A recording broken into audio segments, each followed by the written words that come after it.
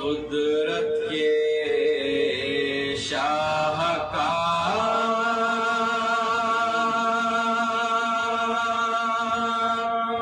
امام انام ہے، قدرت کے شاہکار امام انام ہے، ان پر ہزاروں لاکھوں درود و سلام، پر ہزاروں لاکھوں درود و سلام ہے، زہرا کے دو ہوئے ہیں امام خلق، زہرا کے دونوں لال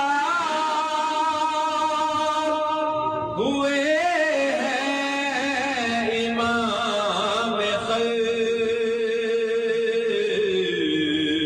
تسبیح میں بھی اس لیے بس دو امام ہیں، تسبیح میں بھی اس لیے بس دو امام ہیں، قدرت کے شاہکار۔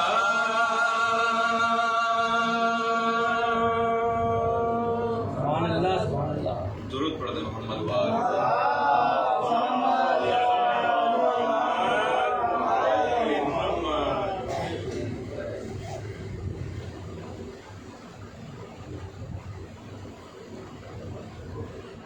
ایک مسدس کے چند بات پیش خدمت میں آپ ذرا سماعت کریں اور درود پڑھ دیجیے محمد وآلہ۔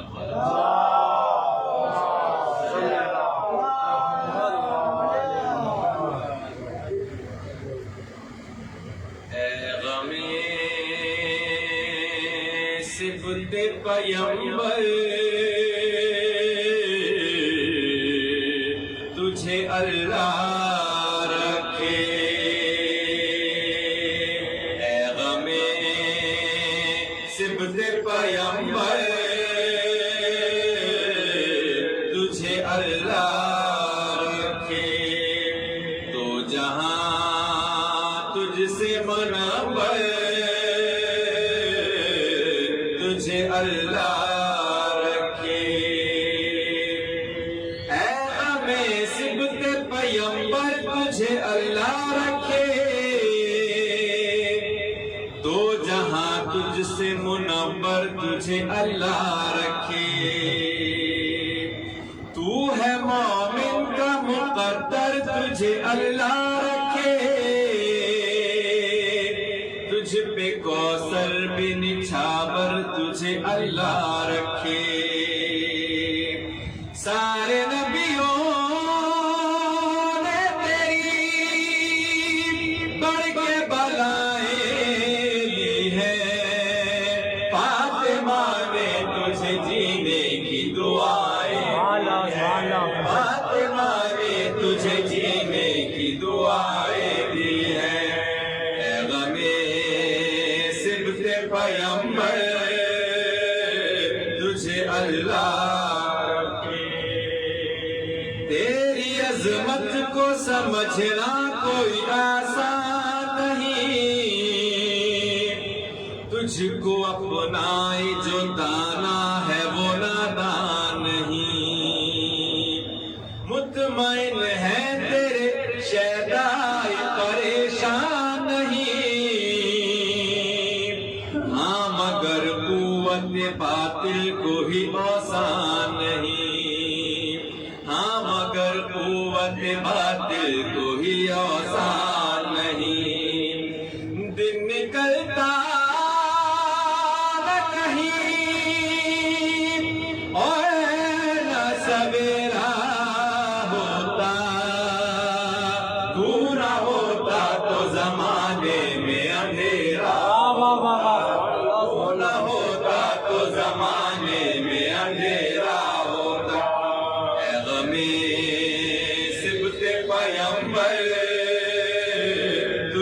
اللہ رکھے۔ ان عزاداروں پہ ایسے بھی کئی دور آئے،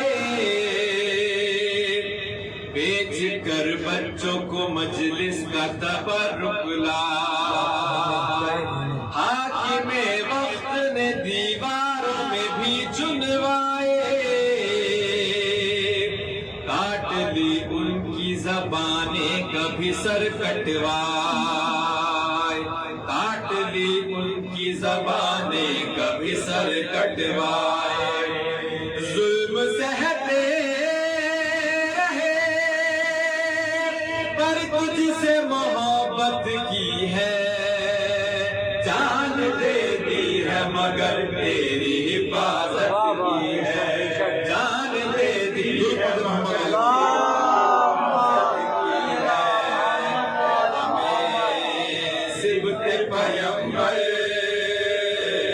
تجھے اللہ رکھے۔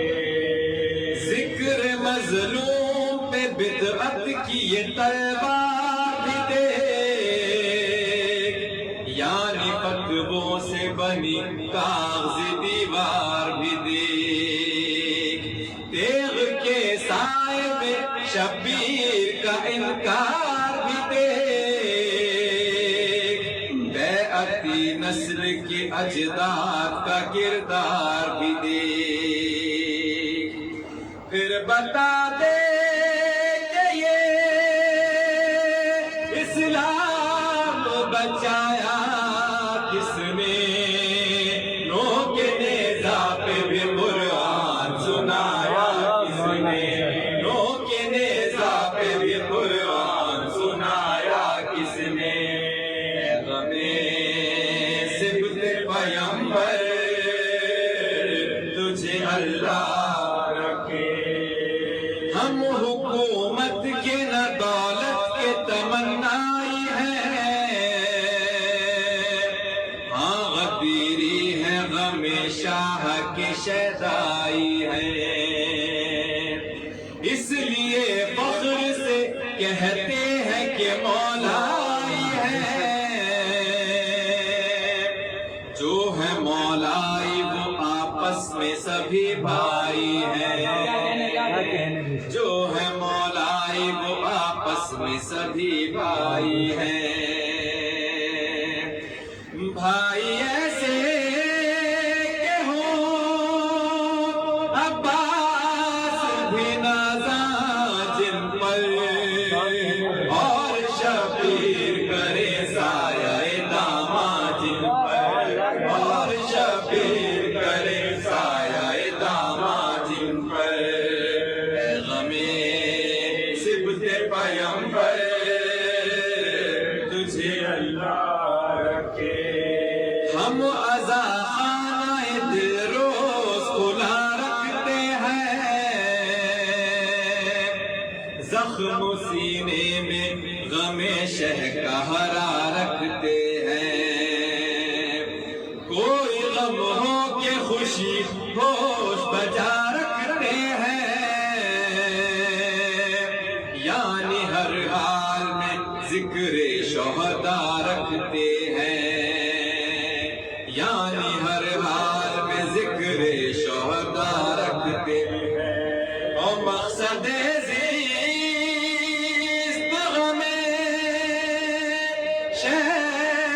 سوا کچھ بھی نہیں، یہ بھی سچ ہے کہ نمازوں کے بنا کچھ بھی نہیں، یہ بھی سچ ہے کہ محمد والی پیغمبر تجھے اللہ رکھے۔ اور آخری بات پیش خدمت ہے، لوگ کہتے ہیں کہ جنت تو بہت سستی ہے، اتنا کہنے سے بھلا بات کہاں بنتی ہے، ہاں اگر حب علی ہو تو بھلی لگتی ہے، بات جو دل سے نکلتی ہے اثر رکھتی ہے، بات جو دل سے نکلتی ہے اثر رکھتی ہے. ہم جو مشکل کبھی نعت علی پڑھتے ہیں, سنت احمد مرسل پہ عمل کرتے ہیں, سنت احمد مرسل پہ عمل کرتے ہیں. اے غم صبت پیمبر تجھے اللہ رکھے. سبحان اللہ سبحان اللہ. درود پڑھ دے محمد والے.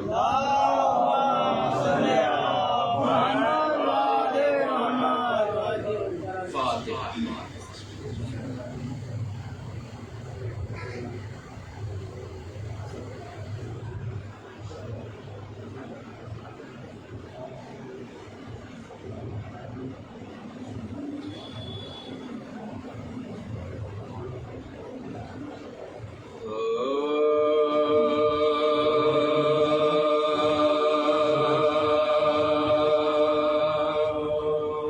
سفر کا سفر ہے,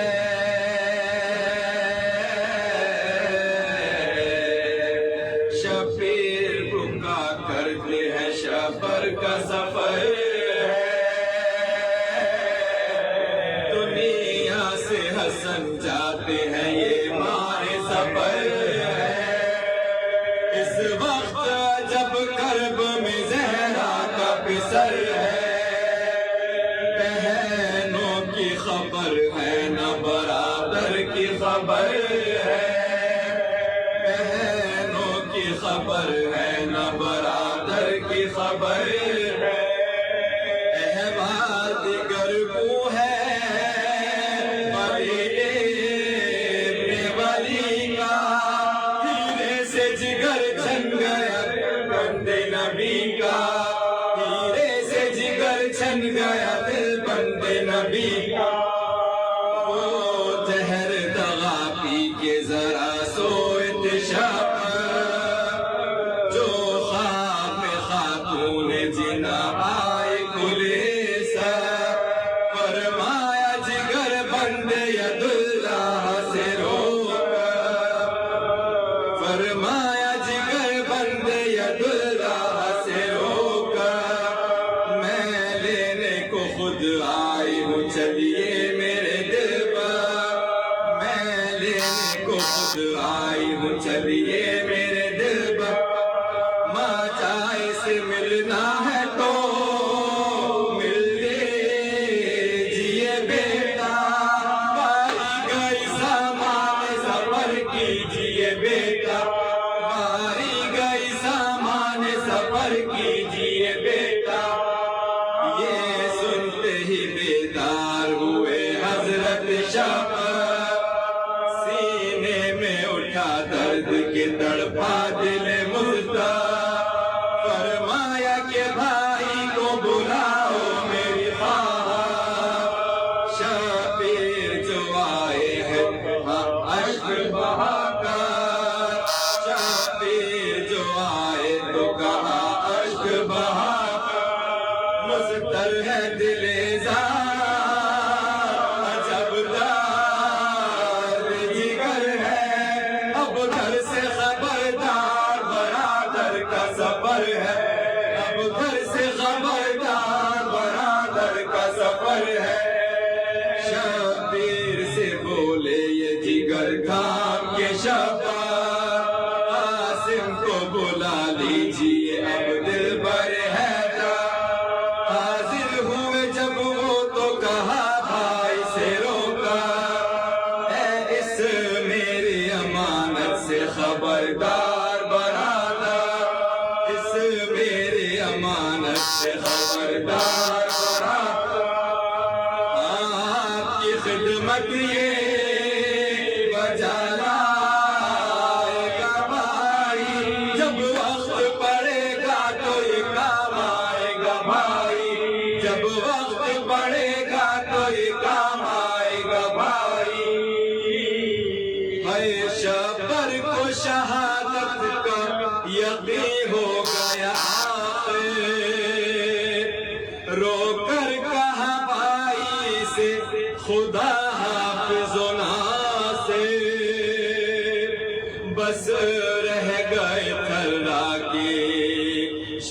صابر و شاکر ہیرے کا سر روئے جبی پر ہوا ظاہر ہیرے کا سر روئے جبی پر ہوا ظاہر سر پیٹ کے کلثوم پکاری یہ کیا ہے کیوں فاطمہ کے لال کا منہ زرد ہوا ہے کیوں فاطمہ کے لال کا منہ زرد ہوا ہے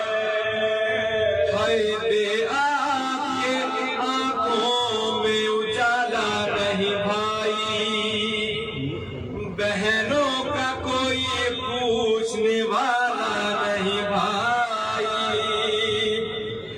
قاسم نے ابھی ہوش سنبھالا نہیں بھائی مکتب کا بھی ارمان نکالا نہیں بھائی مکتب کا بھی ارمان نکالا نہیں بھائی دولہا میرے قاسم کو بناتے ہوئے جاؤ اصلاح کا سہرا تو دکھاتے ہوئے جاؤ اصلاح کا سہرا تو دکھاتے ہوئے جاؤ اے مظلوم نے یہ فاطمہ کا حکم جو پایا میت کو دیا غسل کفن رو کے پہنایا زینب کا جگر غم کے تصور نے ہلایا یاد آ گیا وہ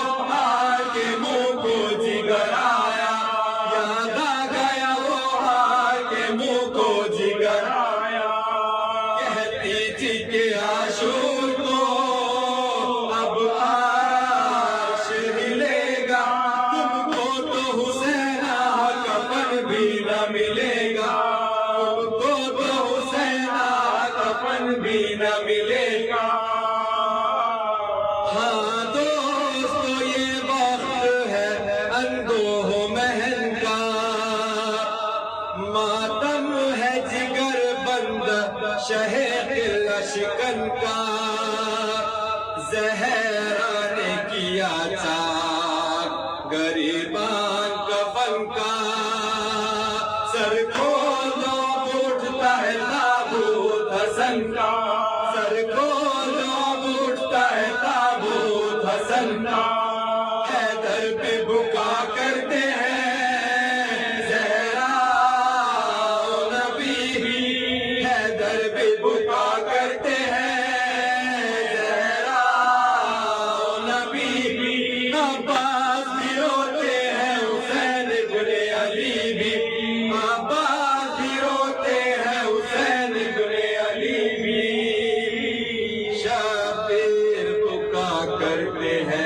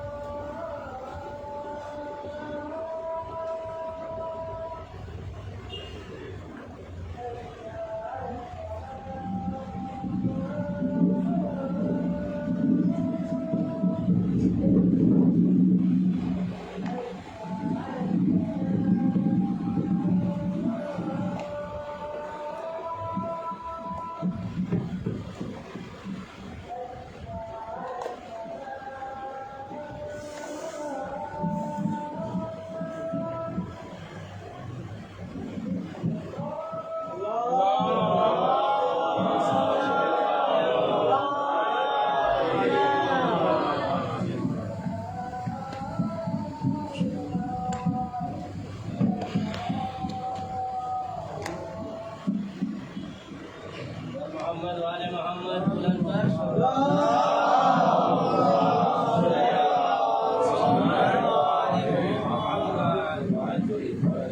رحم اللہ من قرأ الفاتحہ.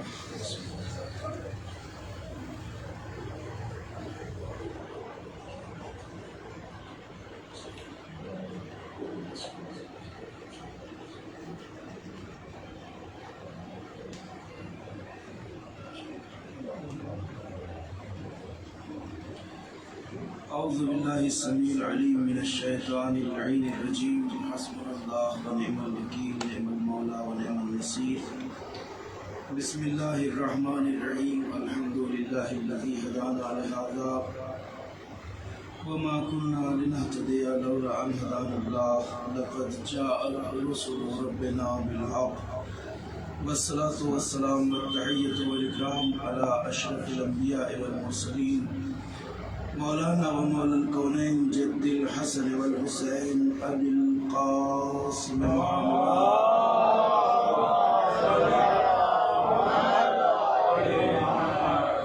وعلى آله الطيبين الطاهرين المعصومين المظلومين ولعنة الله الدائمة الباقية الأبدية على أعدائهم وقاتليهم وغاصبي حقوقهم أجمعين من الآن إلى قيام يوم الدين أما بعد فقد قال الله سبحانه تبارك وتعالى وهو أصدق القائلين بسم الله الرحمن الرحيم ومن يبتغي غير الإسلام دينا فلن يقبل منه وهو في الآخرة من الخاسرين صلوات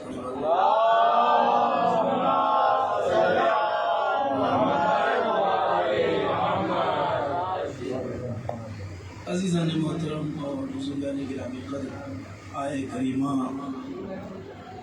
جس کی میں نے تلاوت کا شرف حاصل کیا ہے، اس آیت میں ارشاد پروردگار یہ ہے کہ جو شخص بھی اسلام کے علاوہ کوئی اور دین اختیار کرے گا تو وہ اللہ کی بارگاہ میں قابل قبول نہیں ہوگا، اور ایسا انسان آخرت میں خسارہ اٹھانے والوں میں سے ہوگا، خاسرین میں سے ہوگا۔ دین اسلام اللہ کا نازل کیا ہوا وہ قانون ہے جس کے مطابق ہم سے زندگی گزارنے کا مطالبہ کیا گیا ہے، اور ہر انسان کے لیے ضروری ہے کہ وہ اپنی زندگی قانون اسلام کے مطابق گزارے۔ آخرت میں اگر انسان خسارے سے بچنا چاہتا ہے، یعنی جہنمی ہونے سے بچنا چاہتا ہے، تو زندگی قانون اسلام کے مطابق ہو اس کی، وگرنہ قرآن نے واضح لفظوں میں اس آیت میں کہہ دیا ہے کہ جس کی زندگی قانون اسلام کے مطابق نہیں ہوگی وہ آخرت میں خسارہ اٹھانے والوں میں سے ہوگا، یعنی اہل جہنم میں سے ہوگا۔ تو یہ قانون جو ہے واجب، حرام، مستحب اور مکروہ، یہ قوانین شریعت ہے، اور ایک مرد مسلمان بخوبی جانتا ہے کہ اس کی زندگی کا کوئی لمحہ، کوئی کام، کوئی اقدام، کوئی ایکٹیویٹی ایسی نہیں ہے کہ جو اسلامی قوانین کے دائرے سے باہر ہو، یعنی جو کر رہا ہے یہ تو واجب ہے یا حرام ہے۔ واجب کو ہر حال میں انجام دے، حرام ہے تو ہر حال میں اپنے آپ کو بچا لے انسان، یا پھر مکروہ اور مستحب ہے۔ مستحب ہے تو بہت اچھا ہے، انسان اسے انجام دے، اللہ پسند کرتا ہے، لیکن اگر مکروہ ہے کوئی کام تو کوشش کرے کہ اس کو انجام نہ دے، بچا لے اپنے آپ کو۔ تو یہ قانون شریعت کی جو شکلیں ہیں، اور شاید میں نے یہاں کبھی یہ تفصیل آپ کی خدمت میں بیان کی ہے کہ احکام کی جو یہ شکلیں ہیں، 4 صورتیں یہ ہیں، 5ویں ایک اور صورت ہوتی ہے جسے مباح کہتے ہیں۔ مباح یعنی ایسا عمل جس کے بارے میں آپ کو شریعت نے اختیار دیا ہے کہ کریے یا نہ کریے، آپ کی مرضی، یعنی اس حالت میں نہ وہ واجب ہے، نہ حرام ہے، نہ مکروہ ہے، نہ مستحب۔ مثال کے طور پہ یہ پانی جو یہاں رکھا گیا ہے، یہ پانی خطیب کے لیے رکھا ہے۔ اس وقت میرے لیے شریعت کا حکم اس پانی کے متعلق کیا ہے؟ نہ تو مجھ پہ واجب ہے کہ میں اسے پیوں، نہ اس وقت میرے لیے حرام ہے کہ میں اسے ہاتھ نہ لگاؤں، نہ اسے پینے میں کوئی ثواب ہے، مستحب ہے کہ میں پی جاؤں، نہ مکروہ ہے کہ کوئی بری بات ہے۔ تو نہ واجب، نہ حرام، نہ مکروہ، نہ اس وقت کیا ہے؟ یہ مباح ہے، یعنی میری مرضی، پیوں یا نہ پیوں۔ اور ایسے کام زندگی میں بہت سارے ہیں، ہماری زندگی میں بہت سارے کام ایسے ہوتے ہیں جو عام حالات میں مباح ہے، ہم کریں نہ کریں ہماری مرضی، مگر صاحبان شعور کا مجمع ہے کہ اگر کنڈیشنز بدل جاتی ہیں تو حکم شریعت بھی بدل جاتا ہے۔ ایک کام ہے جس کے بارے میں آپ کو شریعت کہتی ہے آپ کی مرضی کرو یا نہ کرو، لیکن کنڈیشن چینج ہوئی تو حکم چینج ہو جاتا ہے۔ مثلا یہ پانی جو یہاں رکھا ہے جو ابھی میرے لیے مباح ہے، خدا نہ خواستہ بولتے بولتے میری حالت ایسی ہو جائے کہ اب میری جان اسی صورت میں بچ سکتی ہے جب میں اسے پیوں، تو اب شریعت کا حکم بدل جائے گا، کنڈیشن چینج، آرڈر چینج۔ اب شریعت کہے گی مولانا اب یہ پانی پی کے جان بچانا آپ پر واجب ہے، اس پانی کو پیو چونکہ جان کا بچانا واجب ہے، تو اب یہی حکم ہو گیا میرے لیے واجب، اور یہی پانی میرے لیے حرام بھی ہو سکتا ہے۔ بہت سے کام ہیں جو حلال ہیں لیکن کبھی کبھی حرام ہو جاتے ہیں، وہ کیا صورت ہے؟ پانی یہاں رکھا ہے، یہاں مجمع میں کوئی انسان یا باہر کوئی جانور، حتیٰ کہ کوئی کتا بھی اگر پیاس سے مر رہا ہے اور اسے بچانے کے لیے بس یہی پانی ہے، تو اب شریعت کہتی ہے اسے پلا کے اس کی جان بچانا واجب ہے، میرے لیے خود پینا حرام ہے۔ جو وہ کتا اگر باہر مر رہا ہے اور اس کی جان بچانے کے لیے بس یہی پانی ہے، تو اب یہ پانی میرے لیے حرام اور اس کی جان بچانا واجب۔ تو ایک صلوات پڑھیے پر محمد۔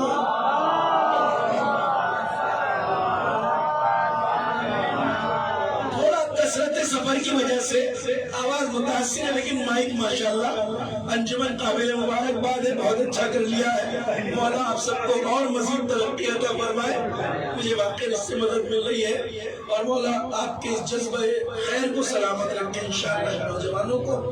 تو عرض خدمت یہ ہے کہ اب ایک واجب ہے جسے کرنا ہے، ایک حرام ہے جس سے بچنا ہے، تو ہمیں بظاہر یہ بہت سخت نظر آتا ہے، کبھی کبھی واجب کو انجام دینا بڑا مشکل ہوتا ہے۔ ارے صاحب واجب ہے مگر کیسے کریں، حالات نہیں ہیں، مشکلات ہیں، صبح دل نہیں چاہ رہا بستر چھوڑنے کو، آفس میں ہے صاحب کیسے وقت نکالیں، لوگ دیکھیں گے کیا کہیں گے، کہاں نماز پڑھیں، 100 بہانے، لیکن شریعت کہتی ہے واجب ہے پڑھو اگرچہ سخت ہے۔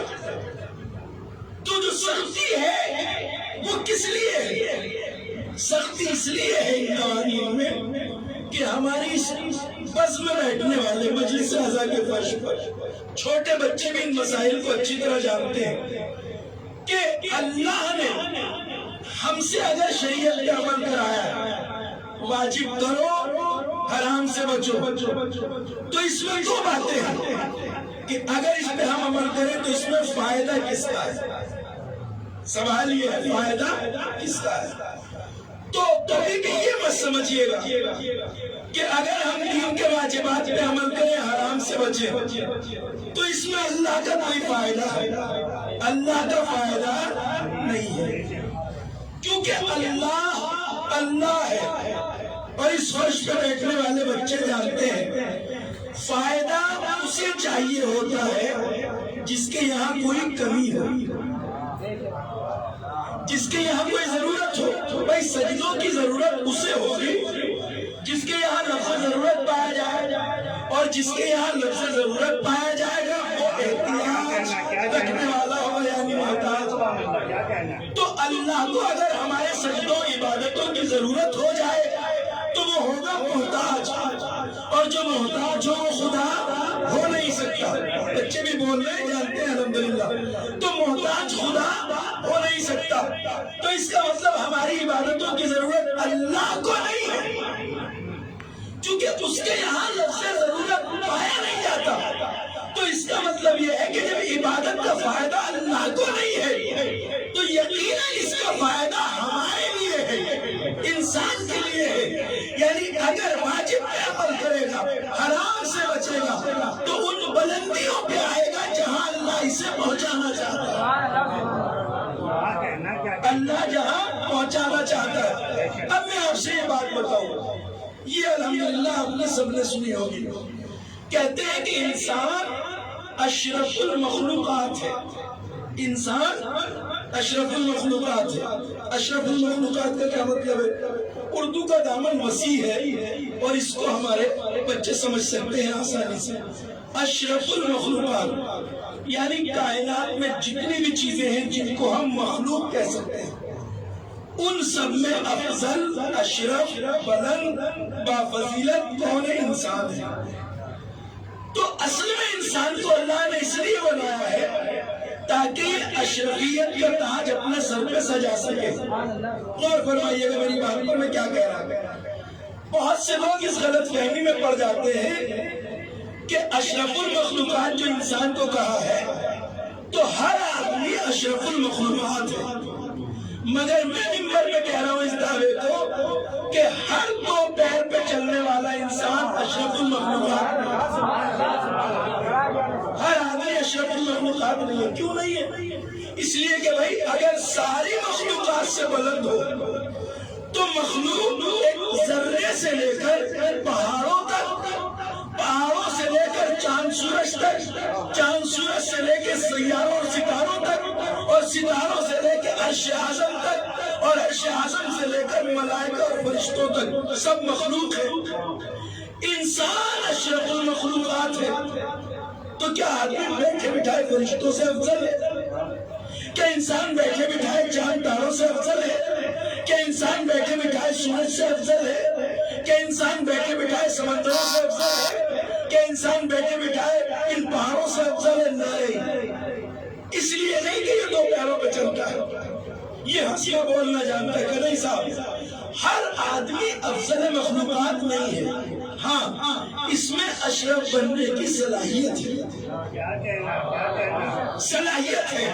یعنی اس نفس کو تربیت دے کر کمال کی اتنی اونچائی پہ لے جا سکتا ہے جہاں فرشتے اس کے سامنے سجدہ کرتے ہیں.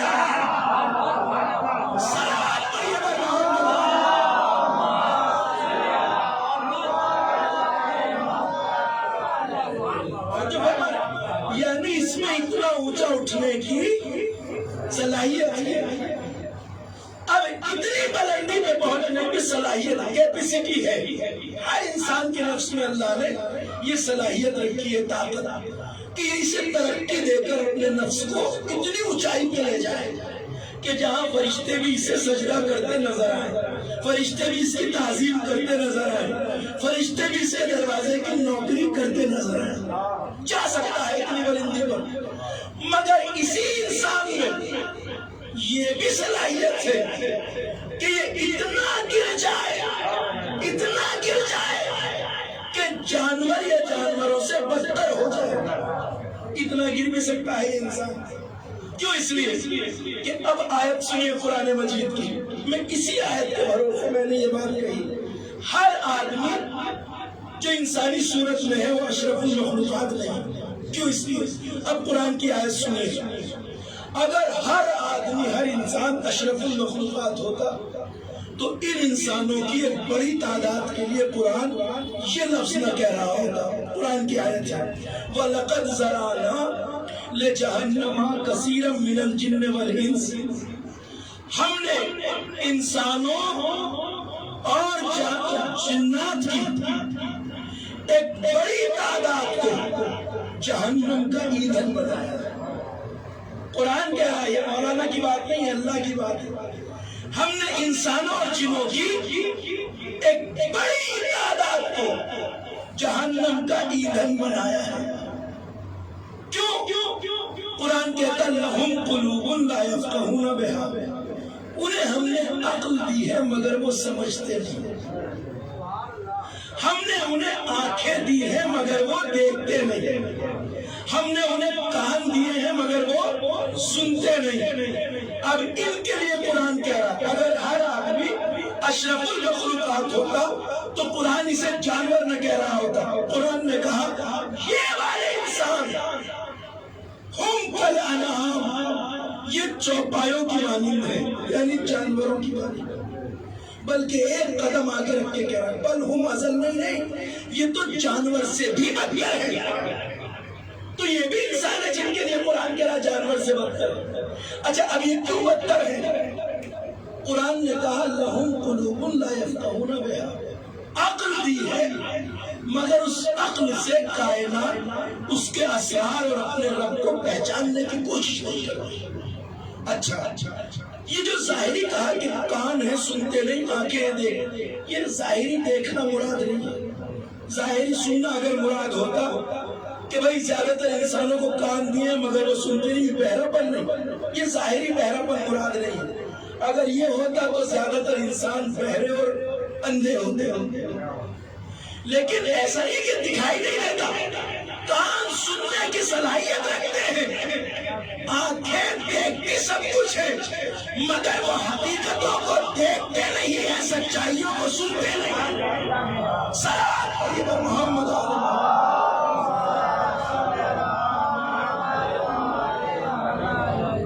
کوئی انسان گرنے پہ آئے تو اتنا گر سکتا ہے کہ جانور یا جانوروں سے بدتر ہو جائے۔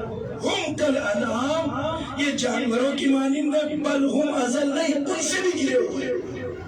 تو ہر آدمی اشرف المخلوقات نہیں، اشرف بن سکتا ہے۔ اب اشرف بننے کا راستہ کیا ہے؟ اشرف بننے کا راستہ کیا ہے؟ راستہ بالکل واضح ہے۔ قرآن نے کہا واضح راستہ ہے، ہم نے تمہیں اپنی بندگی کے لیے پیدا کیا ہے۔ اللہ نے انسان کو عبادت کے لیے پیدا کیا ہے۔ تنہا راستہ عبادت ہے جو انسان کو اشرفیت کی منزل تک پہنچا سکتا ہے، عبادت۔ اچھا اب اگر انسان یہ دیکھنا چاہے کہ میں کائنات میں کن چیزوں سے اشرف ہوں اور کن سے اشرف بننے کی ضرورت ہے، تو اللہ کے قانون کو پہچان لیجیے۔ اللہ کا ایک قانون ہے، دنیا والوں کا قانون کچھ بھی ہو مگر اللہ کا قانون اپنی جگہ اٹل ہے۔ اللہ کے قانون میں یہ بات ہے کہ اللہ کے قانون کے مطابق جو اشرف ہو یعنی بافضیلت بلند، اسے اللہ حاکم بناتا ہے، اور جو کمتر ہو اسے محکوم بناتا ہے۔ اللہ کے یہاں افضل کو حاکم بنایا جاتا ہے اور مفضول کو محکوم بنایا جاتا ہے۔ ایسا نہیں ہوتا کہ معاملہ الٹا ہو جائے، کمتر حاکم بن جائے اور جو افضل ہے وہ اس کا محکوم بن جائے، ایسا اللہ کے قانون میں نہیں، دنیا کے قانون میں ایسا ہے، بلکہ ایسا دھڑلے سے ہے دنیا کے قانون میں۔ تو بھائی ایک ایسا آدمی جس کی ڈگری کا کوئی عطا پتہ نہ ہو، وہ کروڑوں ڈگری ہولڈروں پر حکومت کر سکتا ہے، یہ انسانوں کے یہاں تو پایا جاتا ہے یا نہیں ایسا؟ بھائی جس کی کسی ڈگری کا کوئی عطا پتہ ڈھونڈنے سے نہ ملتی ہو، وہ ہزاروں ڈگری ہولڈروں پر حکومت کر سکتا ہے۔ یہ یہاں تو ہوتا ہے، دنیا میں ہوتا ہے، مگر اللہ کے قانون میں ایسا نہیں ہے۔ اللہ کے قانون میں جو افضل ہے وہ حاکم بنے گا، جو مفضول ہے وہ محکوم بنے گا، اٹھ ہی نہیں سکتا اس سے۔ تو اگر ہم یہ دیکھنا چاہیں کہ ہم کائنات میں کن چیزوں سے افضل ہیں اور کن سے افضل بننے کی ضرورت ہے، تو یہ دیکھتے چلے جائیں کہ ہمارا آرڈر کن چیزوں پہ چلتا ہے اور کن پر نہیں، کن چیزوں پہ چلتا ہے۔ اگر ہمیں یہ دیکھنا ہے کہ ہم کن چیزوں سے افضل ہیں، مثلا سورج ہے، چاند ہے، ستارے ہیں، سیارے ہیں، پانی ہے، دریا ہے، ہوائیں ہیں، سمندر ہیں، ہم یہ اگر دیکھنا چاہیں ہم کن چیزوں سے افضل ہیں، تو یہ دیکھتے جائیں بلند ہوتے ہوئے کہ ہمارا آرڈر کن چیزوں پہ چلتا ہے۔ ہمارے گھر میں جو سامان ہے وہ ہم ادھر ادھر کر سکتے ہیں، ہم اس سے افضل ہیں۔ ہمارے گھر میں جو جانور بندھا ہوا ہے وہ ہمارے اشاروں پہ چلتا ہے، ہم اس سے افضل ہیں۔ اب ہمیں افضل بننا ہے فرشتوں تک سے، تو اب دیکھتے جائیں ہمارے نفس کی صلاحیتیں ہمیں کن چیزوں سے بلند کر رہی ہیں۔ ہوا ہم سے افضل ہے جب تک وہ ہمارے اختیار میں نہ ہو، مگر اگر ہم بلند ہو جائیں تو ہوا کی مجال نہیں ہے کہ ہماری مرضی کے خلاف کچھ کر سکے۔ اگر پانی پہ ہمیں اپنا اختیار ثابت کرنا ہے تو پانی کی مجال نہیں کہ ہمارے حکم سے سر پیچی کر سکے۔ یہ بات بعید ازل پر مت سمجھیے گا کہ کوئی بہت دور کی کوئی لائے ہے مولانا، نہیں، بالکل قریب کی بات ہے۔ جن شخصیات کو اللہ نے اختیار دیا ہے کائنات میں، جتنی عبادت اتنا اختیار، ایسے افراد آپ کے سماج میں موجود رہے ہیں۔ ہماری بستیوں میں ایسے بزرگ دفن ہیں ابھی تک کہ جن کی قبروں پر آج بھی حیرت انگیز کارنامے ہوتے ہیں۔ اکثر میں مثال دیتا ہوں کہ جو اولیاء اللہ غیر معصوم، مثلا امروہہ میں حضرت شاہ ولایت ہیں، ان کی قبر پہ کچھ معجزے آج بھی ہوتے ہیں، کرامتیں، زندہ کرامتیں سنا ہے نا آپ نے؟ یعنی ان کی قبر کے حدود میں بچھو ڈنک نہیں مارے گا، اور بہت سی کرامتیں ان سے منسوب ہیں۔ ایسا کیوں ہے؟ جتنی اطاعت اتنا اختیار اللہ انسان کو دیتا ہے۔ ہمارے بیچ ایسے علماء گزرے ہیں کہ جن سے حیرت انگیز واقعات صادر ہوئے۔ یہی چارچہ بستی ہے نزدیک میں آپ کے، یہاں کے ایک عالم کا واقعہ ہے۔ اس زمانے میں جب ان کا وعدہ تھا کہیں مجلس کا، اپنے نوکر سے کہا بیل گاڑی چھوڑو، ہمیں جانا ہے، وعدہ ہے۔ برس رہا ہے تیز بارش اور موسلادھار بارش ہو رہی ہے۔ خادم ہاتھوں کو جوڑ کے کہتا ہے نوکر حضور قبلہ ایسے میں کہاں جائیے گا، ٹوٹ کے بھی برس رہا، اس زمانے میں پکی سڑکیں بھی نہیں تھی۔ کہ ہم کہہ رہے ہیں گاڑی چھوڑو۔ انہوں نے بیل گاڑی چھوڑی، بیٹھے، گھر سے جو برآمد ہوئے تو راستے میں لوگوں نے یہ منظر دیکھا کہ بیل گاڑی کے ادھر بھی بارش ہو رہی ہے، ادھر بھی، لیکن کوئی قطرہ پانی کا نہ ان پہ گرتا ہے نہ ان کی سواری پر۔ ایک صلوات پڑھیے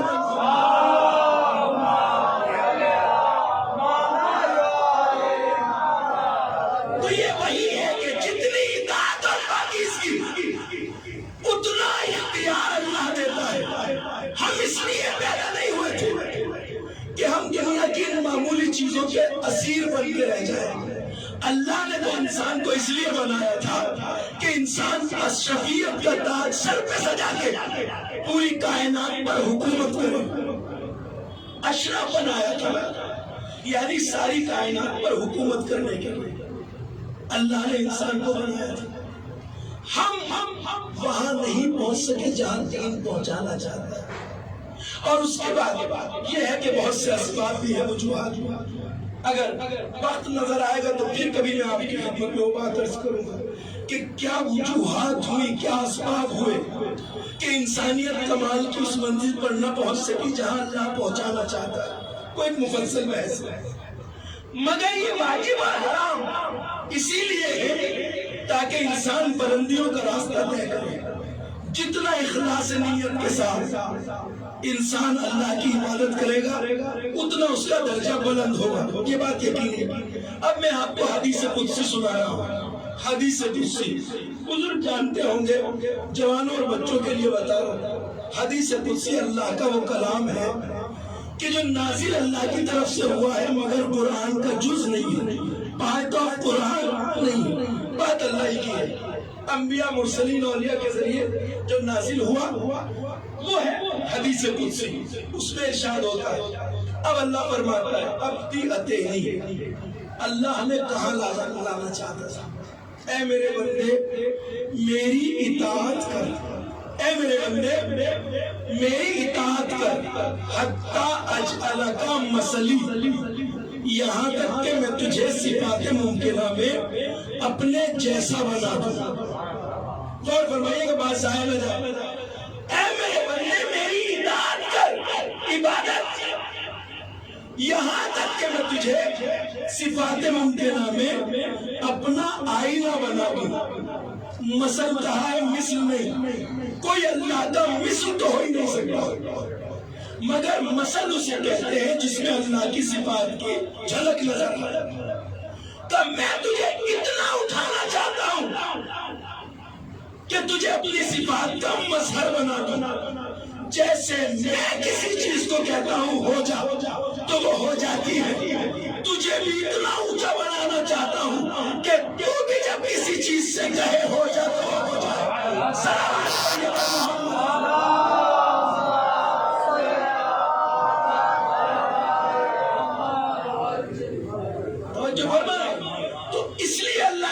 ہم سارے انسانوں کو اللہ نے اس لیے پیدا کیا کہ ہم کائنات میں حاکم بن کے جیے، محکوم بن کے نہیں۔ ہمارے اشاروں پہ چلے، پیڑ ہمارے اشارے مانے، دریا ہمارا حکم مانے، سمندر ہمارا حکم مانے، ستارے ہمارا حکم مانے، چاند سورج ہمارا حکم مانے، سیارے ہمارا حکم مانے، ہم جب چاہیں افلاک کی بلندیاں طے کریں۔ اللہ نے مجبور نہیں بنایا انسان۔ یہ فاصلے جو زمین و آسمان کے بیچ ہیں یہ بہت دور کے ہیں۔ مثلا جب ان کے بارے میں بات ہوتی ہے تو عقل انسان پریشان ہو کر اپنے پرے پرواز سمیٹ لیتی ہے۔ بھئی جب ہم عام طور سے آج سائنٹیفک طور پہ جب بات کرتے ہیں کہ ایک سیارے کا، ایک پلینٹ کا دوسرے سے دوری اور فاصلہ کتنا ہے، اب دیکھیں سورج کا جو دوری ہے زمین سے وہ 9.5 کروڑ میل ہے تقریباً، تو یہ فاصلہ 9.5 کروڑ میل کا اونلی 8.5 منٹ نوری کا ہے۔ لائٹ اسپیڈ میں 8.5 منٹ میں سورج کی روشنی زمین تک پہنچتی ہے۔ تو پتہ ہے آپ کو نور کی اسپیڈ کیا ہے؟ نور یعنی لائٹ اسپیڈ 1 سیکنڈ میں 1,86,000 میل، 1 سیکنڈ میں 1,86,000 میل جاتا ہے نور۔ اب ان سیاروں کے بارے میں پڑھیے، مثلا جو دور دراز سیارے ہیں ان کے بارے میں کہا جاتا ہے ایک ستارے کا فاصلہ دوسرے سے 1000 نوری سال ہے، 1000 لائٹ ایئر۔ کسی کا فاصلہ 1,00,000 نوری سال ہے، کسی کا فاصلہ 10 لاکھ نوری سال ہے۔ 10 لاکھ 1 ملین لائٹ ایئر۔ اب جس کی دوری 100 نوری سال ہے، مثلا 100 لائٹ ایئر جس کی دوری ہے، اگر اس کا بھی حساب لگانے بیٹھ جاؤ تو عقل گھبرا اٹھتی ہے۔ جو نور 1 سیکنڈ میں 1,86,000 میل جاتا ہو تو 1 منٹ میں کتنا جائے گا، وہ پھر 1 گھنٹے میں کتنا جائے گا، پھر وہ 1 دن میں کتنا جائے گا، پھر وہ 1 سال میں کہاں پہنچے گا، اور پھر وہ 100 سال میں کہاں پہنچے گا، اور کہیں ہے 1000 سال، کہیں ہے 10,000 سال، کہیں ہے 1,00,000 سال، کہیں ہے 10 لاکھ سال۔ بعض سیارے ایسے ہیں جن کا نور ابھی زمین تک پہنچنے میں کئی 100 سال لگیں گے، اور ایسی کائنات میں مہیا ہونا۔ مگر قرآن کہتا ہے کتنی بھی دنیا صحیح، مگر ہم نے اس ساری کائنات کو تیرے لیے مسخر کر دیا ہے، یعنی تیرے قبضے میں دے دیا ہے۔ بڑے تعجب کی بات ہے، اے میرے پروردگار، جو سیارے مجھ سے 10,000 نوری سال کے فاصلے پہ ہیں، تو اگر میں اتنا چھوٹا سا آدمی وہاں تک جانا بھی چاہوں تو کیسے جاؤں؟ میری تو بھی 100 سال نہیں ہے۔ اب اسی منزل پر ہمیں بیدار کیا گیا، جگایا گیا۔ امیر مومنان مولا متقیان حضرت علی بن ابی طالب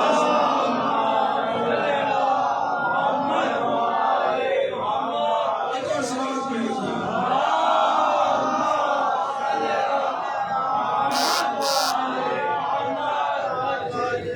اب سنیے مولا نے کیا فرمایا۔ اگر ہم ظاہری طور پہ دیکھیں تو اس کائنات کی وسعتوں میں، پھیلاؤ میں، دوریوں میں ہمارے وجود کی کوئی حیثیت ہی نہیں۔ اگر دیکھا جائے مثلا اگر یہ دیکھیے آپ کہ سورج سے زمین کا فاصلہ اتنا ہی سا ہے، 9.5 کروڑ میل۔ سورج جتنا بڑا زمین سے دکھائی دیتا ہے، آج بچے بھی جانتے ہیں اتنا ہے نہیں، ہے کتنا بڑا؟ بھائی ایک ہاتھ کی ہتھیلی کے بغیر یا پلیٹ کے برابر آپ کو دکھائی دیتا ہے سورج، مگر سب جانتے ہیں جتنا دکھتا ہے اتنا ہے نہیں۔ ہماری زمین کے مقابلے میں سورج کتنا بڑا ہے اسکولی بچے جانتے ہیں۔ ایسے ہی جیسے ایک فٹ بال کے برابر میں چنے کا دانہ رکھ دیا جائے، زمین کی نسبت سورج کے مقابلے میں ایسی ہے، 950 گنا زیادہ بڑا ہے سورج۔ ایک چنے کو جیسے فٹ بال کے برابر مہکنے زمین اتنی چھوٹی ہے سورج سے، جب اتنا بڑا سورج اس دوری سے اتنا سا نظر آتا ہے تو سچ یہ ہے، قانون طے ہے کہ اگر سورج کی دوری سے جا کے کوئی زمین کو دیکھنا چاہے تو زمین دکھے گی بھی نہیں دکھ سکتی ہے، بغیر ٹیلیسکوپ کے نہیں دکھ سکتی زمین، چونکہ سورج اتنا بڑا اتنا سا ہو جاتا ہے دوری کی وجہ سے، تو جو اتنی سی زمین ہے وہ تو دکھے گی بھی نہیں۔ اور جب سورج بھر کی دوری سے ہماری زمین نہ دکھائی دے تو اس زمین پہ ہم حضرت انسان، بھیا ہماری گنتی کہاں ہے؟ کہاں ہے ہماری گنتی؟ ہم تو کچھ بھی ہیں اس کائنات کی وسعتوں میں۔ مگر اچھا ایک بات آپ نے سنی ہوگی کہ کہتے ہیں کہ انسان کی جو نرم مثلا بغل ہے، کہتے ہیں اس میں کئی ٹریلین یہ کیا کہتے ہیں چیو ہے جو جیتے ہیں یہاں پہ، ہم ان کو دیکھتے نہیں ہیں۔ میں بہت سے جسم انسانی میں کچھ ایسے جراثیم ہیں جو زندہ ہیں مگر ان کی جگہ بڑی مختصر ہے، اتنی بڑی باڈی میں اتنی سی جگہ میں ملینز ہیں۔ چھوڑیے وہ میرا میدان نہیں، اس لیے شاید مجھے خود بھی میں خود نہ الجھ جاؤں اس میں۔ تو کہنا یہ ہے کہ اتنی سی زمین پر آج زمین پہ 6 ارب انسان ہے تو 6 ارب انسان دکھائی نہیں دیتے سورج کی دوری سے، اور پھر اتنی دور چلے جائیے مثلا جہاں 100 نوری سال کی دوری پہ کوئی پلانٹ ہے 100 لائٹ ایئر پہ، تو وہاں سے دکھنا تو اور ناممکن ہے۔ لیکن قرآن ہم سے کہہ رہا ہے جو ذرا سے ہے کہ ہم نے تمہیں محتاج پیدا نہیں کیا، مجبور پیدا نہیں کیا، تمہیں اس لیے پیدا کیا ہے سب پہ اپنا آرڈر چلاؤ۔ اب مولا فرماتے ہیں سنیے، اگر بظاہر دیکھا جائے تو ہم بہت ذرا سے ہیں، لیکن امیر مومنان فرماتے ہیں اتزعم انک جنون صغیر، اے انسان کیا تو اپنے کو ذرا سا سمجھتا ہے، چھوٹا سا مت سمجھ اپنے آپ میں۔ وَفِيكَ انْتَوَى الْعَالَمُ الْأَكْبَرُ، اللہ نے تیرے اندر ایک بڑی کائنات رکھ دی ہے۔ سمجھیے اس بات کو جو میں کہہ رہا ہوں، انسان کے اندر بڑی کائنات ہے، اکبر بڑی، تو یہ کس کے مقابلے میں بڑی؟ یہ جو ہمارے اندر ایک کائنات ہے، ہمارے بدن کے اندر ایک کائنات ہے، یہ بڑی ہے، کس سے بڑی ہے؟ یہ جو ظاہری کائنات ہے نا، جس میں اربوں خربوں ملین ٹریلین سیارے ہیں اور لاکھوں نوری سال کی دوریاں ہیں، یہ ساری کائنات ملا کر چھوٹی ہے، اور انسان کے اندر اس سے بڑی کائنات ہے۔ اور جب بڑی کائنات ہے تو امام فرماتے ہیں کہ تیرے اندر ایک بڑی کائنات ہے، یعنی جو اپنے نفس کے اندر موجود بڑی کائنات کو ایکٹیویٹ کر لے جائے، وہ اس چھوٹی کائنات پر حکومت کر سکتا ہے۔ یہ سمجھ لیجیے، ہمارے اندر جو صلاحیت ہے، انسان کے اندر اللہ نے جو کائنات رکھی ہے، اسے اگر کوئی ایکٹیویٹ کر لے جائے تو اس کا اختیار اس بڑی چھوٹی کائنات پہ ہوگا۔ جتنے بھی پلانٹ ہے، سیارے ستارے، سب ہماری گھر کے سفر ہوں گے، اور اس کائنات کو ایکٹیویٹ کرنے کے لیے چابی کیا ہے؟ کی اس کو سمجھ لیجیے، ہمارے اندر اللہ نے جو کیپیسٹی رکھی ہے، صلاحیت، اسے بڑی کائنات کہا گیا، اور اس بڑی کائنات کو ایکٹیویٹ جو کر لے جائے وہ اس چھوٹی کائنات پر حکومت کرے گا، اور اسے ایکٹیویٹ کرنے کی ایک چابی ہے، وہ ہے اللہ کی عبادت۔ تم بندے پروردگار بن کے چلے جاؤ، یعنی تم اللہ کی ماننے لگو، کائنات تمہاری ماننے لگو۔ صلوات پڑھیے بر محمد۔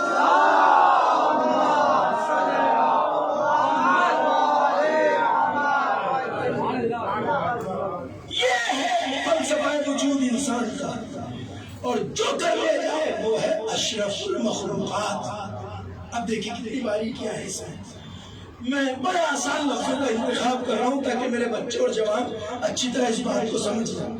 ہمارے وجود میں ایک بڑی کائنات ہے، انسان کے وجود میں ایک بڑی کائنات ہے، یہ چھوٹی کائنات ہے ساری ملا کے، اس سے بھی بڑی اندر ہے۔ اور جو اسے استعمال کرنے کے لائق بن جائے وہ اس پوری کائنات پہ حکومت کر سکتا ہے۔ علامہ اقبال کا ایک شعر ہے، بزرگ اس کے مطلب کو سمجھتے ہیں، جوانوں کے لیے ترجمہ کروں گا ضرور۔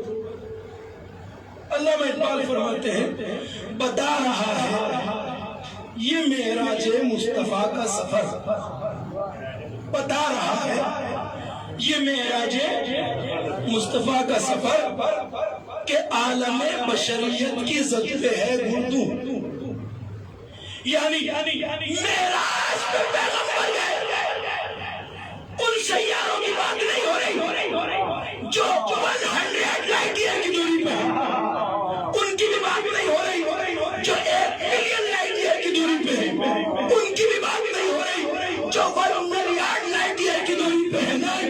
کائنات کے آخری نقطے پہ پیغمبر گئے جس کے بعد کوئی جگہ نہیں، اور اتنی جلدی لوٹ بھی آئے کہ ابھی آگے وضو بہ رہا ہے، دروازے کی زندگی نہیں ہوئی، اس طرح بھی کریں گے صلوات پڑھے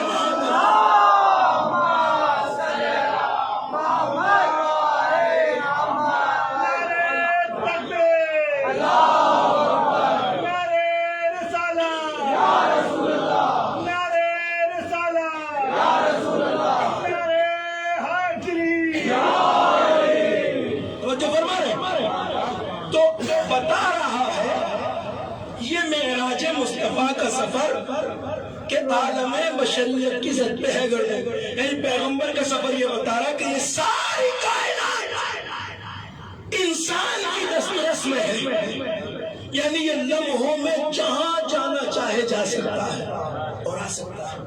یہ جو ہم سنتے ہیں نا شب معراج کے واقعے میں کہ رسول اللہ گئے سدرۃ المنتہا، 1 ملین لائٹ ایئر کی بات نہیں ہے، وہ آخری نقطہ کائنات کا جس کے بعد کوئی وجود نہیں، وہاں گئے اور اتنی جلدی لوٹ آئے کہ دیکھیں زنجیریں در ہل رہی تھی۔ کیا مطلب ہے اس کا؟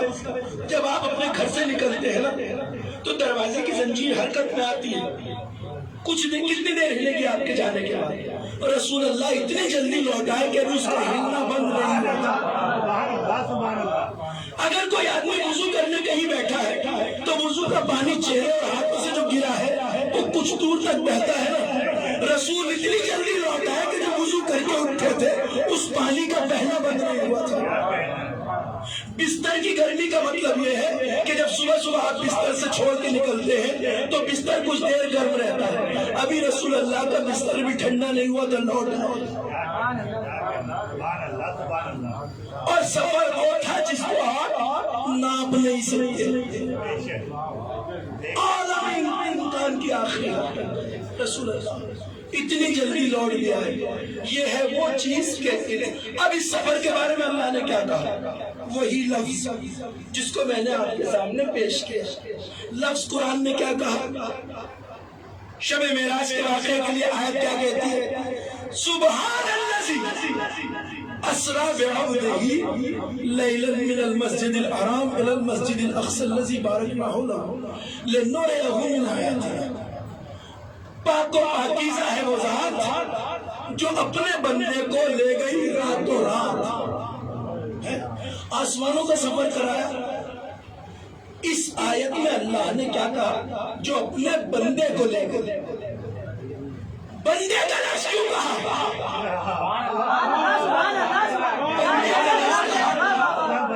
اگر اللہ یہ کہتا کہ اپنے نبی کو لے گئی، اپنے رسول کو لے گئی، اپنے پیغمبر کو لے گئی، تو ہر کوئی نہ رسول ہو سکتا، نہ پیغمبر ہو سکتا، نہ نبی ہو سکتا، مگر اللہ نے کہا بندے کو لے گئی، یعنی اگر چاہو تو بندے سب بن سکتے ہیں، اور جو بندہ بن جائے وہ آسمانوں کے راستے طے کر سکتا ہے۔ صلوات پڑھیے بر محمد۔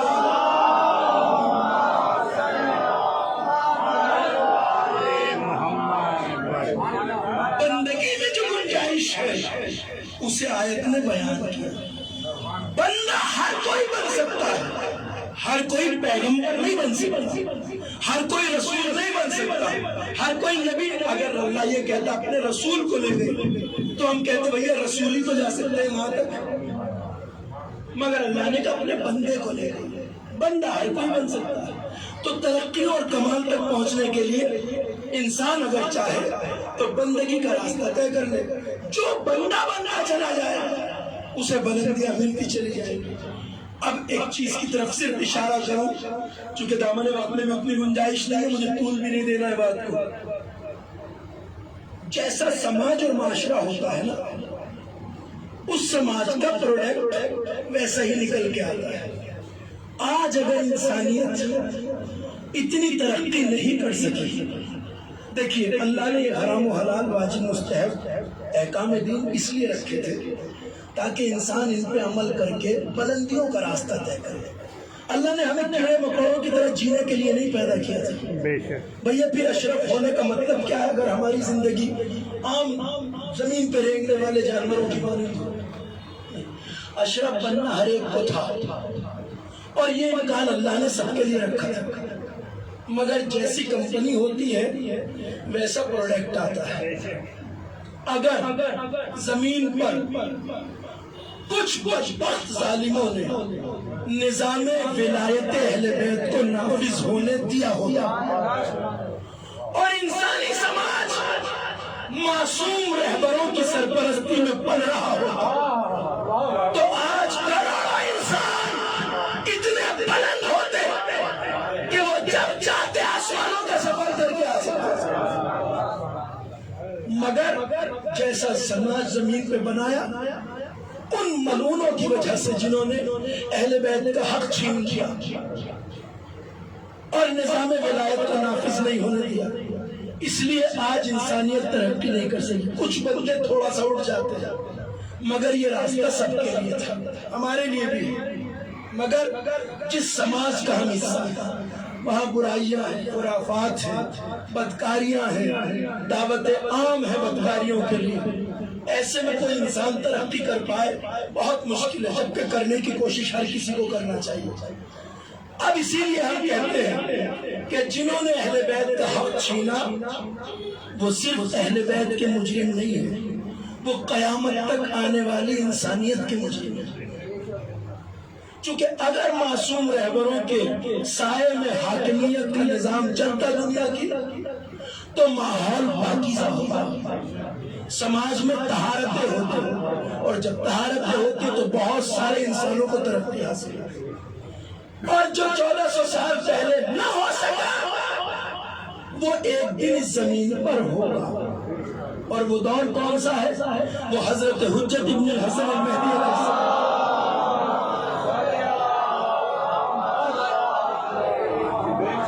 اب میں انشاءاللہ آئندہ جب ایک بیان یہاں آپ کی خدمت میں کروں گا تو اس حوالے سے کہ حضرت حجت کا دور جب زمین پر ولایت نافذ ہوگی تو ایسی پاکیزگیوں کا دور ہوگا جوانوں کہ آپ جیسے امام کی حکومت کے عام کارندے، روایتیں ہیں لفظوں میں، روایتیں ہیں کہ لمحوں میں امام کے جانشین، امام کی حکومت میں کام کرنے والے اراکین، امام کی حکومت میں ذمہ داریاں ادا کرنے والے نوجوان لمحوں میں آسمانوں کا سفر کریں گے اور لوٹ آیا کریں گے. کیونکہ امام کی حکومت صرف زمین پہ نہیں ہوگی، سارے سیاروں پہ، پلانٹس پہ، سب جگہ امام کی حکومت ہوگی. امام اپنے چاہنے والوں کو جہاں بھیجیں گے لمحوں میں جائیں گے، لمحوں میں لوٹ آئیں گے. یہ روایتیں ہیں. اس کے لیے پھر کبھی میں وقت نکالوں گا. لیکن اب جو میں نے کہا کہ نفس میں اتنی صلاحیت ہے کہ پھر انسان کسی چیز کا محتاج نہیں، لمحوں میں آسمانوں کا سفر کر کے آ سکتا ہے. امام کی دور حکومت میں ایسا ہوگا. اب جو یہ آیت ہے، جیسے ہم کسی چیز کو کہتے ہیں ہو جا تو وہ ہو جاتی ہے، تو ہم تمہیں اتنا اونچا اٹھانا چاہتے ہیں کہ تم بھی کہو جب ہو جا تو ہو جا. قرآن کی آیت ہے آخر میں سورہ یاسین کے، انما امرہ اذا اراد شیئا ان یقول له کن فیکون. اللہ کی شان یہ ہے کہ جب وہ کسی چیز کا ارادہ کرتا ہے اور اس سے کہتا ہے ہو جا تو وہ ہو جاتی ہے. یہ آیت قرآنی ہے. مگر میں استاد علامہ شبیر حسن نجفی علی اللہ مقامہ نے یہ بات سنائی اور اس بات کا حوالہ انہوں نے پیش کیا. ایک عظیم شخصیت علامہ محمد بشیر انصاری فاتح ٹیکسلا کا پاکستان ہجرت کر گئے تھے، شکارپور کے عالم دین تھے، بہت جید عالم. وہ ان کے حوالے سے نقل کیا کہ وہ فرماتے ہیں کہ اس آیت کا عام ترجمہ ہم جو کرتے ہیں مجھے کرتے ہیں کہ اللہ کی شان یہ ہے کہ جب وہ کسی چیز کا ارادہ کرتا ہے اس سے کہتا ہے ہو جا تو ہو جاتی ہے. مگر وہ کہتے ہیں کہ آیت میں اللہ کے اختیار کی بات نہیں ہو رہی ہے بلکہ بات امر اللہ کے اختیار کی ہو رہی ہے. انما امرہ، اللہ کا امر یہ ہے، امر کی شان بیان ہو رہی ہے. تو شان اللہ کی نہیں امر اللہ کی بیان ہو رہی ہے کہ امر اللہ جب ارادہ کرے اور کسی چیز سے کہہ دے ہو جاتا وہ ہو جاتی ہے. انہوں نے کہا بات اللہ کے ارادے کی نہیں ہو رہی، امر اللہ کے ارادے کی ہو رہی ہے. امر اللہ کون ہے؟ آئیے مصحف نبی حضرت امام جعفر صادق علیہ السلام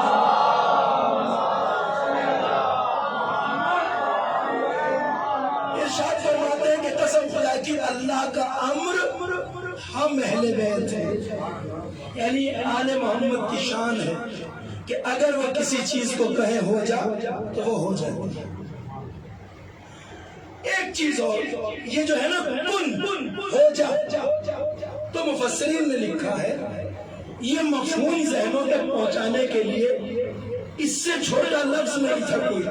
تا نون کن، اس لیے اللہ نے کہا وہ کہتا ہے کن، وگرنہ اسے کن کہنے کی بھی ضرورت یعنی ادھر اللہ ارادہ کرے، یہ تھوڑی کہ ارادہ کر کے پھر کہے ہو جائے، نہیں، بس اللہ ادھر ارادہ کرتا ہے ادھر شے ہو جاتا ہے. کن کہنے کی ضرورت نہیں ہے، کن کہنے کی ضرورت نہیں. اچھا اب آئیے باقی کی طرف. آل محمد علیہ السلام کی فضیلتیں ایسی فضیلتیں ہیں جن میں مومن کبھی شک نہیں کرتا. آل محمد کی فضیلت میں مومن کبھی شک نہیں کرتا، اور آل محمد کے فضائل منافقوں سے کبھی ہضم نہیں ہوتے، ہے نا یہ بات. تو مومن کبھی آل محمد کے فضائل میں شک نہیں کرتا، منافق آل محمد کے فضائل کو ہضم نہیں کر پاتا. یہی وجہ ہے کہ امام حسن مجتبی علیہ السلام ایک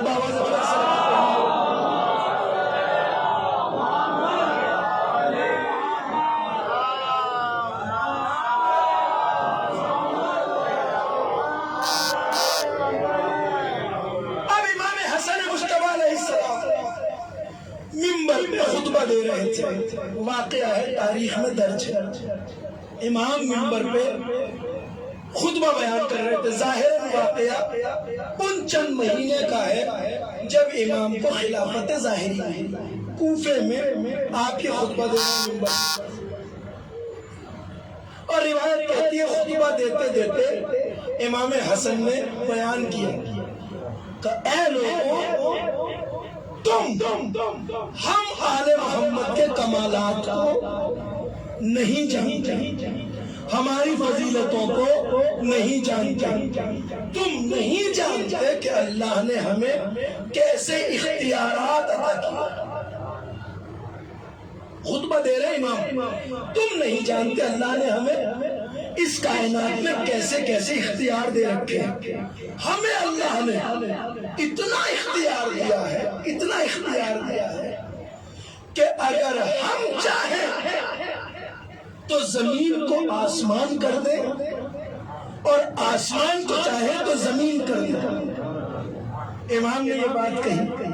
اس مجمع میں کوئی ایک بھی آپ نہیں ڈھونڈ سکتے جسے امام کے اس دعوے میں ذرہ برابر شک ہوا. بتائیں مجھے یہاں سے بیٹھا ہو پیچھے تک کسی کو شک ہو سکتا ہے؟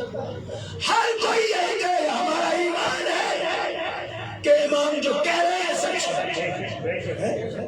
آج 1400 سال بعد بھی یہ محبان اہل بیت جن کا ایمان قوی ہے وہ جانتے ہیں کہ امام کے دعوے میں ذرہ برابر شک نہیں، ہمیں کوئی شک نہیں، امام جو کہہ رہے ہیں بالکل سچ فرما رہے ہیں۔ ہم چاہیں تو زمین کو آسمان کر دے، آسمان کو چاہیں تو،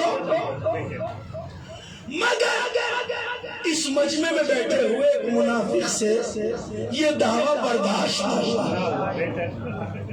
بیچ مجمع میں کھڑا ہوا اور کھڑا ہو کے کہتا ہے حسن مشتبہ بہت بڑی بڑی باتیں کرتے ہو، بہت بانگ باتیں کرتے ہو، یہ جو کہہ رہے ہو کیا کر بھی سکتے ہو؟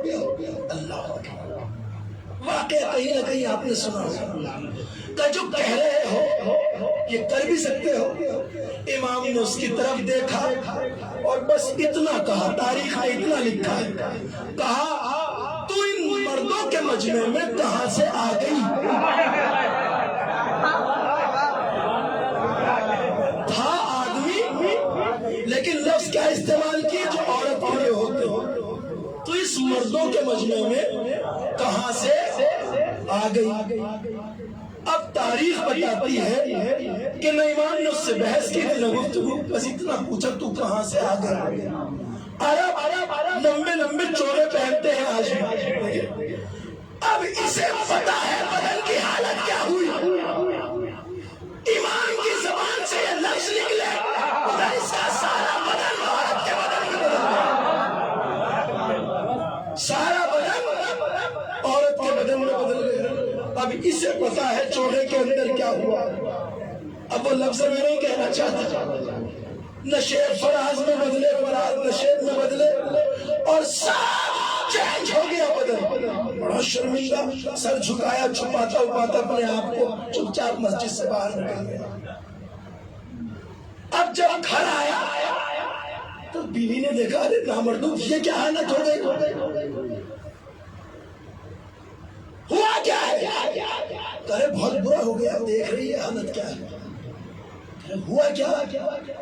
کہ بس بات یہ ہے کہ حسن مسجد میں ایک دعویٰ کر رہے تھے، میں نے اعتراض کر دیا، انہوں نے ایسا کہا اور اب حالت یہ، کہا رے نادان تجھے خبر نہیں وہ فرزند رسول ہے، وہ جان فاطمہ ہے، وہ علی مرتضیٰ کے لال ہے، ان کے اوپر اعتراض کر رہے ہیں۔ کہ بھئی اب جو ہو گیا ہو گیا، اب کیا کروں؟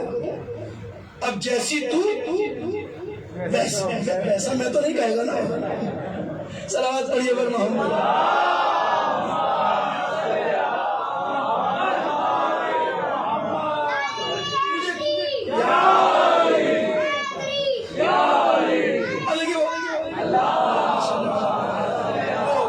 خطیبوں کا میدان ہے، میں تو اتنا بڑا خطیب نہیں ہوں، مگر خطیب گھر آیا ہوگا تو بیچارے کی حالت کیا ہوگی۔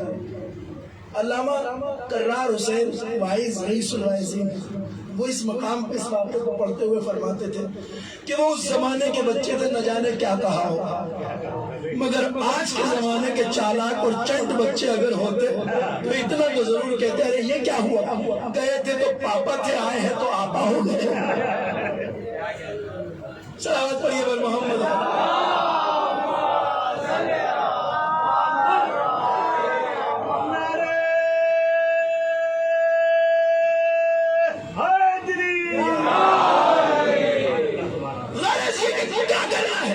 تو وہ خاتون بامعرفت تھی، اس نے کہا نادان جاہل، اب بھی سمجھ میں نہیں آیا کیا کرنا ہے، جا اسی مولا کے قدموں میں سر رکھ دے، جس نے یہ حالت کی وہی حالت پہلی والی واپس لا سکتا ہے۔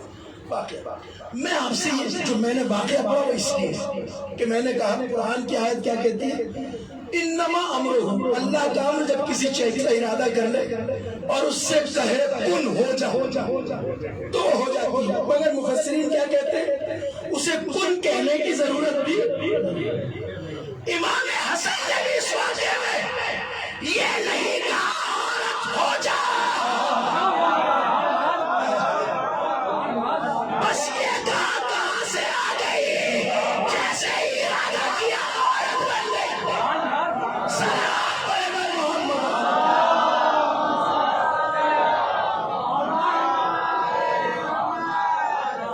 بھائی ہو جا نہیں کہا، بھائی یہ کہا کہاں سے آ گئی، ادھر امام کا ارادہ ادھر فیل ہو کہہ کے اپنی گفتگو کو سمیٹتا ہوں، اس کا اعتراض کس بات پہ تھا اور امام نے جواب کیا دیا؟ میں اپنے بچوں کو بات بتا چکا ہوں پوری وضاحت سے، اس لیے سمجھنا مشکل نہیں ہوگی آپ کو، اب بات آسان ہے سمجھنا۔ اس کا اعتراض کس بات پہ تھا اور جواب میں امام نے یہ کیوں دیا، سمجھ لیجیے گا اس بات کو، اور میری تقریر تمام ہو گئی اسی کے ساتھ۔ اس کا اعتراض اس بات پہ تھا کہ ہم چاہیں تو زمین کو آسمان کر دیں، آسمان کو چاہیں تو زمین کر دیں۔ تو امام کسی پتھر کو چلا کے دکھا دیتا، کسی درخت کو چلا کے دکھا دیتا، کسی پہاڑ کو اشارہ کر کے ہلا جھلا کے دکھا دیتا۔ امام نے یہ بدن کو کیوں چینج کیا ہے؟ امام نے بدن کو کیوں بدلا؟ تاکہ جواب آج نہ رہے، جواب قیامت تک کے لیے بن جائے۔ میں آپ کو بتا چکا یہ ساری کائنات چھوٹی ہے، بدن کی کائنات اس سے بڑی ہے۔ امام یہ بتانا چاہتے تھے کہ جس کا ایک اشارہ اس بڑی کائنات کو چینج کر سکتا ہے، اس کے لیے چھوٹی کائنات کی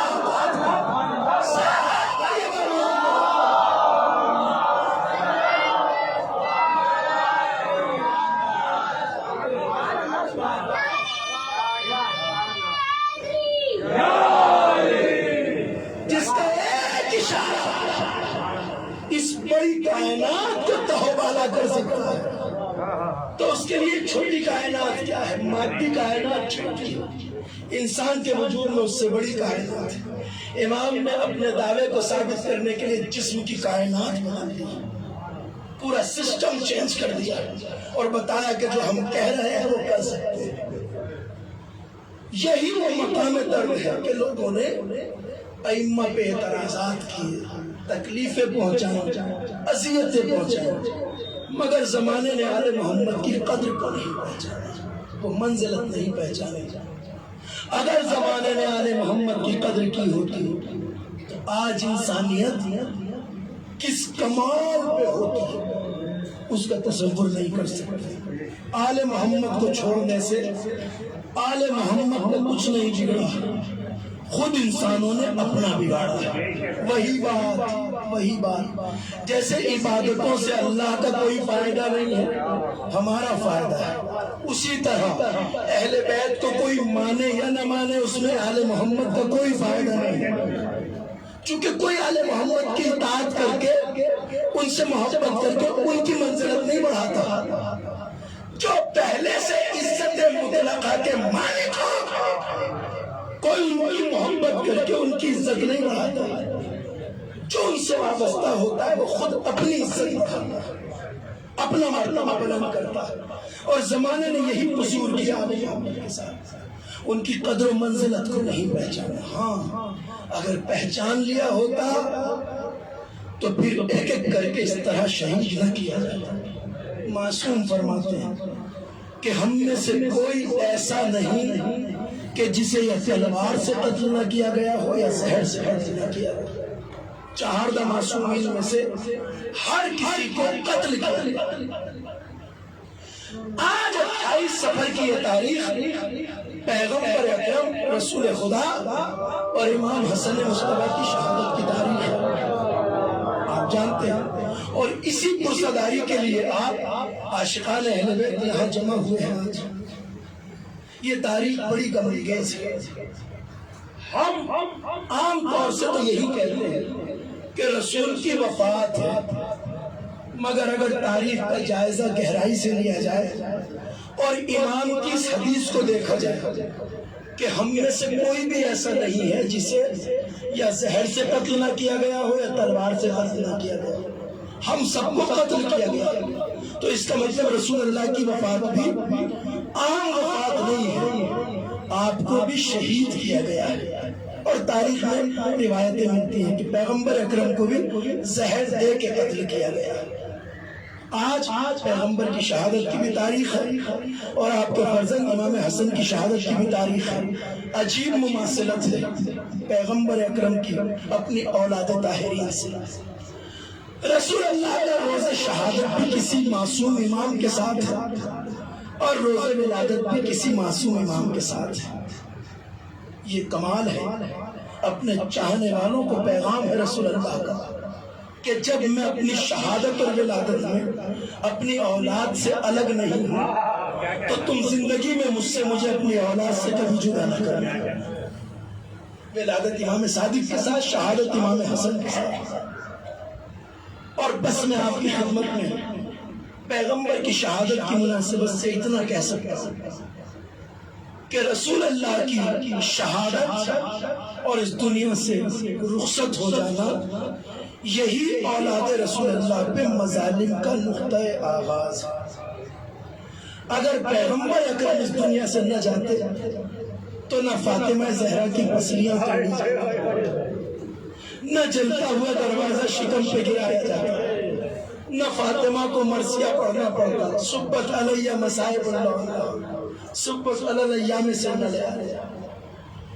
اگر رسول کی وفات نہ ہوتی تو پھر علی کے سر پہ یوں ضربت سجدے میں نہ لگائے جاتے کہ سر شگافتہ ہو جاتا، اور جبریل کو مرثیہ پڑھنا پڑتا، لتحتمت واللہ ارکان الہدی۔ اگر رسول کی وفات نہ ہوتی تو پھر حسن مجتبیٰ کے کلیجے کے ٹکڑے تشت میں نہ گرتے۔ اگر رسول نہ جاتے اس دنیا سے تو پھر آپ کا لال حسین بے گور و کفن کربلا کی زمین پہ اس طرح پڑا نہ ہوتا۔ اجرکم اللہ، گریے کے لیے آمادہ ہیں، مسائل کے بس چند فکرے کہوں گا، حق کے گریہ ادا ہو جائے۔ اس مظلوم ترین تاریخ کا حق ادا کرنے آئے ہیں عزادارو، سن لیجئے۔ امام حسن مجتبیٰ اپنی ایک ملعون زوجہ جادہ بنت شخص کے ذریعے زہر دیے جانے سے قتل ہوئے۔ روایت کہتی ہے اس ملعون عورت کو امیر شام نے چند سکے بھجوائے اور اسے وعدہ دیا کہ اگر تو حسن کو زہر دے دے تو اس کے بعد تیری شادی اپنے بیٹے یزید سے کر دوں گا۔ یہ ملعون عورت جو اشعث ابن قید کندی کی بیٹی ہے، اس نے امام حسن کو زہر دیا۔ روایت کہتی ہے جس دن زہر دیا گیا امام اس دن روزے سے تھے، اللہ، امام اس دن روزے سے تھے، اور افطار کے وقت امام کے نزدیک جو پانی رکھا گیا اسی پانی میں اس ملعون عورت نے زہر ملایا تھا جو امیر شام نے بھجوایا تھا۔ جیسے ہی امام نے وہ پانی پیا، ایک روزے دار کو پانی پیتے ہی احساس ہو گیا کہ کتنا شدید زہر دیا گیا۔ روایت کہتی ہے امام کے جسم کے اندر اعضائے بدن کٹنے لگے اور امام حسن زہر کی شدت سے تڑپنے لگے، منہ سے خون جاری ہو گیا۔ امام حسن نے اس ملعون عورت سے کہا اے جادہ تو نے مجھے قتل کر دیا ہے، مگر یاد رکھ نہ تو اپنی آرزو کو پہنچے گی نہ تمنا تجھے حاصل ہوگی۔ تاریخ بتاتی ہے بعد میں ذلت کی موت ماری گئی۔ یہ امام حسن کو جب زہر دیا گیا تو روایت کہتی ہے اس زہر کی شدت اتنی زیادہ تھی کہ جسم کے اندر جو اعضاء تھے وہ سب کٹ کٹ گیا۔ امام حسن کے کلیجے کے ٹکڑے دشت میں گر رہے تھے۔ اہل حرم میں کوہرام تھا، خاندان رسالت نے گریہ ازاری۔ مجھے نہیں پتا اس منظر کو زینب کبریٰ نے کیسے دیکھا ہوگا۔ بھیا کے کلیجے کے ٹکڑے گر رہے ہیں دشت میں، ام کلثوم دیکھ رہی ہے، زینب دیکھ رہی ہے۔ روایت کہتی ہے امام حسن کو کبھی ہوش آتا تھا اور کبھی امام بے ہوش ہو جاتا تھا۔ جب جب ہوش میں آتے تھے سب کو تسلیاں دیتے تھے، سہارا دیتے تھے، وصیتیں کرتے تھے۔ امام حسن زہر کی شدت سے تڑپ رہے ہیں اور امام حسین اپنے بڑے بھائی کا سر اپنے زانوں پر رکھے۔ روایت کہتی ہے اپنے بھائی کی حالت دیکھ کر امام حسین کی حالت ایسی ہوئی کہ بے ساختہ آنسوؤں سے آنکھوں سے آنسو ٹپکنے لگے۔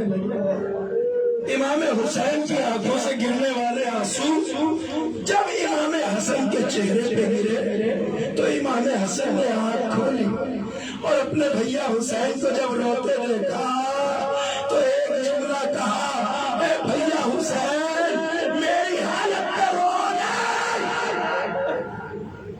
اس لیے کہ یوم تو یوم جواب آپ حسین میری مصیبت کا دن، میری مصیبت کے دن سے بہت بہت امام حسن نے کہا حسین میری مصیبت پہ گریہ مت کرو بھائی، اس لیے کہ تمہاری مصیبت کے دن میری مصیبت سے بہت بڑا ہے۔ حسین آج تو میرے دن سب جمع ہے، مگر جب تم قتل کیے جاؤ گے تو نہ کوئی ناصر ہوگا نہ کوئی مددگار ہوگا۔ بھیا حسین میرے سرانے تم موجود ہو، مگر کل کربلا میں کوئی تمہارے سرانے موجود نہیں۔ اے بھیا حسین کل جب تمہارا گلا کٹے گا تو اس کے بعد خیموں میں آگ لگے گی۔ اے بھیا حسین تمہاری مصروفیت ایسی ہے کہ تم پر صحراؤں میں رہنے والے جانور روئیں گے، دریاؤں میں رہنے والی مچھلیاں تم پر ماتم کریں گے۔ بتایا جاتا جس امام کی بھی شہادت ہوئی اس نے وقت آخر جس مظلوم پہ آنسو بہائے اس مظلوم کا نام ہے حسین۔ آج کی شب ایسی ہے کہ آج 28 تاریخ امام حسن اور رسول خدا کی شہادت اور کل امام رضا کی شہادت کی تاریخ بعض روایتوں کے اندر سے بتایا آپ کو۔ امام رضا کا بدن جب شدت زہر سے سرد ہو گیا اور امام بستر پہ ماہی میں آپ کی طرح تڑپ رہے تھے تو روایت کہتی ہے امام رضا نے اپنے خادم کو بلایا، ابو سل میرے قریب آؤ۔ ابو سل قریب آیا، ابو سل تہروی کہا آقا فرمائیے کیا حکم ہے؟ کہا ابو سل ایسا کرو مجھے بستر سے اٹھا کر خالی زمین پر خاک پہ لٹا۔ اجرکم اللہ، کیسا مظلوم ہے حسین۔ ابو سلم کہتے ہیں میں تڑپ گیا، میں نے ہاتھوں کو جوڑ کے کہا مولا آپ کے بدن کی حالت ایسی ہے، بدن نیلا پڑ رہا ہے مولا، ایسے میں آپ کو بستر پہ ہونا چاہیے، ہاتھ پہ کیوں لیٹنا چاہتے ہیں؟ تو کہا ابو سلم اس طرح میں اپنے جد حسین کی پیروی کرنا چاہتا ہوں، اس لیے کہ آخری بار میرے جد کا بدن بھی خاک پر پڑا ہوا تھا۔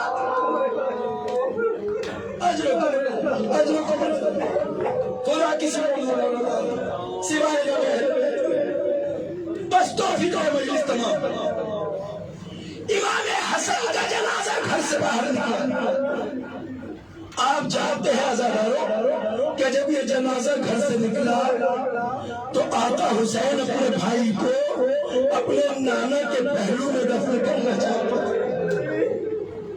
مگر جب اپنے رسول کی طرف جنازہ لے کے چلے تو روایت کہتی ہے کچھ لوگ سامنے سے آئے ایک ایسی خاتون کو لے کر جو ام المومنین کہلاتی ہے، آگے کہا حسن کو رسول کے پہلو میں دفن نہیں کیا جائے گا، جنازہ واپس لے کے جاؤ، جنازہ واپس لے کے جاؤ۔ اجرکم اللہ، خاندان اہل بیت کی مظلومیت دیکھیے،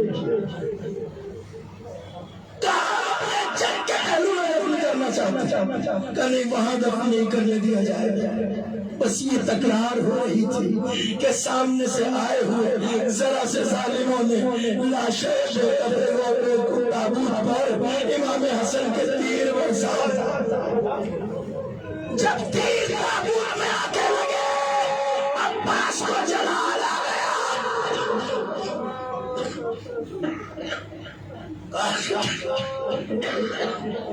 کس نے جسارت کی؟ غازی کو جلال آ گیا۔